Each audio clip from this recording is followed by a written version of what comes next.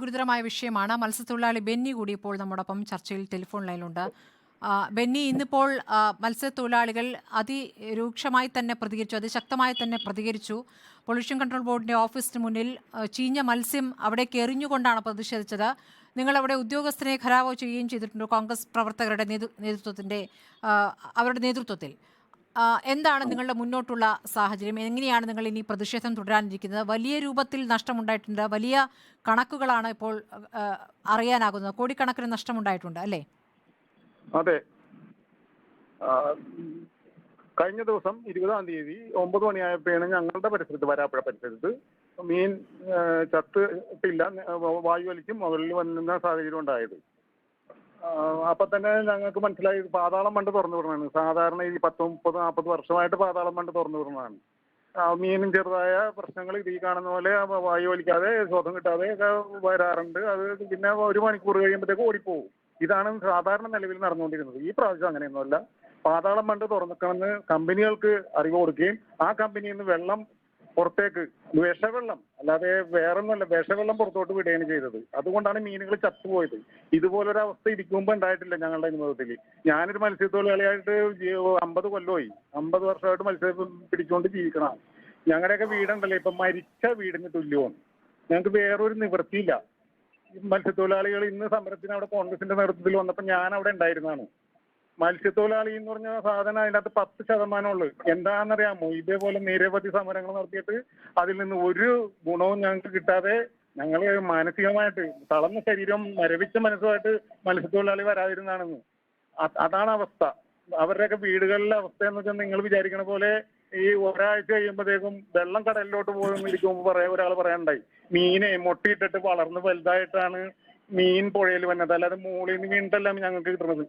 ആ തരത്തിലൊക്കെ സംസാരിക്കണ എടുക്കുമ്പോൾ ഞങ്ങൾക്ക് സങ്കടമാണ്.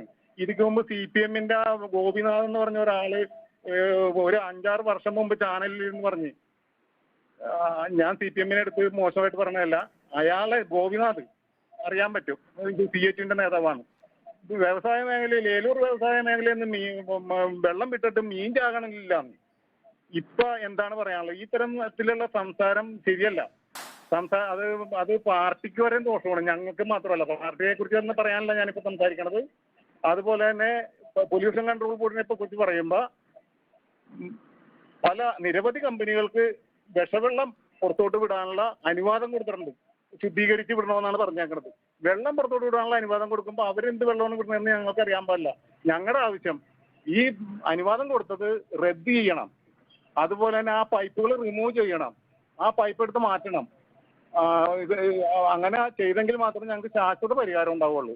ഇന്ന് ഞാൻ പൊല്യൂഷൻ കൺട്രോൾ ബോർഡിലെ ഓഫീസറോട് ഞാൻ സംസാരിച്ചപ്പോൾ പറഞ്ഞത് നടക്കൂല എന്ന് പറഞ്ഞു. ഞങ്ങൾ അനുവാദം കൊടുത്തിട്ടുണ്ട്, ഇത് ചെയ്യാൻ പറ്റില്ലെന്ന് പറഞ്ഞ. അതുകൊണ്ട് ഇതിന്റെ മേലധികാരിയായ കളക്ടറിന് വിവേചനാധികാരം ഉപയോഗിച്ചിട്ട് പൈപ്പ് എടുത്തു കളയുകയും വെള്ളം വിടാനുള്ള അനുവാദം കൊടുത്ത് റദ്ദ് ചെയ്യുകയും ചെയ്യണം. ഒരു അന്വേഷണത്തിന്റെ ഭാഗമായിട്ടെങ്കിലും അത് ചെയ്യണമെന്നാണ് ഞങ്ങൾക്ക് പറയാനുള്ളത്. ഞങ്ങളുടെ അവസ്ഥ അതാണ്. അതുപോലെ തന്നെ അതുപോലെ തന്നെയാണ് മത്സ്യത്തൊഴിലാളികളുടെ അവസ്ഥ എന്ന് പറഞ്ഞാൽ, ഞാൻ എൻ്റെ കുടുംബത്തില് പറയുമ്പോൾ എനിക്ക് ഭാര്യയും 2-3 പെൺമക്കളുള്ളതാണ്. വേഗ ആശ്രയമാണ് ഞാൻ. മീൻ പിടിച്ചാണ് ജീവിക്കുന്നത്. ഞങ്ങൾ ഇനി എന്ത് ചെയ്യും? അതാണ് ഞങ്ങളുടെ മുമ്പിലുള്ള ചോദ്യം. ഞങ്ങൾ ചാവേറാകണോ? ഇതിൻ്റെ അകത്ത് മുഖ്യമന്ത്രി ഇടപെടണം. ഇത് 2018 പ്രളയം ഉണ്ടായപ്പോൾ ഞങ്ങളെ മുഖ്യമന്ത്രി സഹായിച്ചിട്ടുണ്ട്. അതുപോലെ തന്നെ ആ തരത്തിലുള്ള സഹായം ഈ വിഷയത്തിൽ ഉണ്ടാകണം. ഇത് ഒരാഴ്ച കൊണ്ട് കടലിലോട്ട് ഒഴുകി പോകുമ്പോൾ തീരുന്ന ഒരു പ്രശ്നമായിട്ട് കാണല്ലേ. ഇത് മനഃപൂർവ്വം ഇരുന്ന് ഞങ്ങളെ കളിയാക്കാൻ വേണ്ടി പറഞ്ഞ പോലെ ആയി പോകും. അത് ഓരോ കുടുംബത്തിന്റെ മുമ്പിലും മീൻ ചത്ത് കിടന്നിട്ടേ പുറത്തോട്ട് ഇറങ്ങാൻ പറ്റണില്ല. പ്രദേശവാസിയാണ് ഞാനും, തീരദേശവാസിയാണ് ഞാനും. അത് എനിക്ക് മാത്രമല്ല, അത് ആ പരിസരമായിട്ട് VD സതീശൻ, പ്രതിപക്ഷ നേതാവ് VD സതീശന്റെ മണ്ഡലവും രാജീവ് സാറിന്റെ മണ്ഡലവുമാണ് ഇത് അനുഭവിക്കുന്നത്. ഇവര് രണ്ടുപേരും ഇതിനകത്ത് ഇടപെട്ടിട്ട് മുഖ്യമന്ത്രിയുടെ ശ്രദ്ധയിൽപ്പെടുത്തിയിട്ട് ഇതിനൊരു പരിഹാരം ഉണ്ടാകണം. ഇതിക്ക് മുമ്പും സാമ്പിൾ എടുത്ത് പരിശോധിക്കും എന്ന് പറഞ്ഞേക്കണം. ഞങ്ങൾ കാണാൻ തുടങ്ങിയിട്ട് 100 ഒന്നുമല്ല, 150 ഒന്നുമല്ല, അതിൽ കൂടുതൽ സാമ്പിൾ പരിശോധിക്കുന്നുണ്ട്. ഞങ്ങൾ അതിന്റെ കൂടെ പോയി വെള്ളമൊക്കെ എടുത്ത് കൊടുത്തിട്ടുള്ളതാണ്. പക്ഷേ ഉണ്ടല്ല, ഒരു നടപടി ഉണ്ടായിട്ടില്ല. ഇപ്പോഴും പറഞ്ഞെന്താണ്, ഓക്സിജൻ ഇല്ലെന്നുള്ള ഒരു പുതിയ പേര്, വിഷം വെള്ളം വിട്ടേച്ച് ഓക്സിജൻ ഇല്ലെന്ന് പറയാൻ അത് കേട്ടുകൊണ്ട് ചാനലുകൾ വിളിച്ചു പറയുന്നത്. അതാണ് എനിക്ക് മനസ്സിലാകാത്തത്. വിഷവെള്ളം വിട്ട് എന്ന് പറയാത്ത എന്താണ്? ഓക്സിജൻ കിട്ടണില്ല. വിഷവെള്ളം വിട്ടിട്ടല്ലേ ഓക്സിജൻ കിട്ടാത്തത്. അത് എന്തുകൊണ്ട് നിങ്ങൾ അങ്ങനെ ആ തരത്തിൽ പറയണം? ഞങ്ങളെ അപമാനിക്കണം. വിഷവെള്ളം ഇല്ല, ഞങ്ങൾ വിഷവെള്ളം എന്ന് പറഞ്ഞിട്ടുണ്ട്. ഫാക്ടറിയിൽ നിന്നുള്ള വെള്ളം എന്ന് തന്നെയാണ് പറഞ്ഞിരിക്കുന്നത്. പറഞ്ഞിട്ടുണ്ട്. ഞാൻ പറഞ്ഞ പല ചാനലുകളും ആ തരത്തിൽ വർത്താനം പറയണം. ഓക്സിജന്റെ വിഷയമാണെന്നാണ് പറയണത്. ഓക്സിജന്റെ വിഷയം കൊണ്ടാണെന്ന് പറയുമ്പോൾ വിഷം വന്നിട്ടാണ്. ഇത് കമ്പനിയിൽ നിന്ന് വിഷവെള്ളം വിട്ട് ആ തരത്തിൽ തന്നെയാണ് കാര്യങ്ങൾ. അതിനെ ഞങ്ങളെ പറ്റിക്കാൻ വേണ്ടി അല്ലെങ്കിൽ ജനങ്ങളെ പറ്റിക്കാൻ വേണ്ടി വേറൊരു തരത്തിൽ സംസാരിച്ച് പഠിക്കല്ലേ എന്നാണ് പറയാനുള്ളത്. ഈ വൈകാരികമായ പ്രതികരണം സ്വന്തം ജീവിതാവസ്ഥയിൽ നിന്നാണ് ബെന്നിൽ എന്ന മത്സ്യത്തൊഴിലാളിയുടെ പ്രതികരണം കേട്ടത്. വളരെ നന്ദി ശ്രീ ബെന്നി.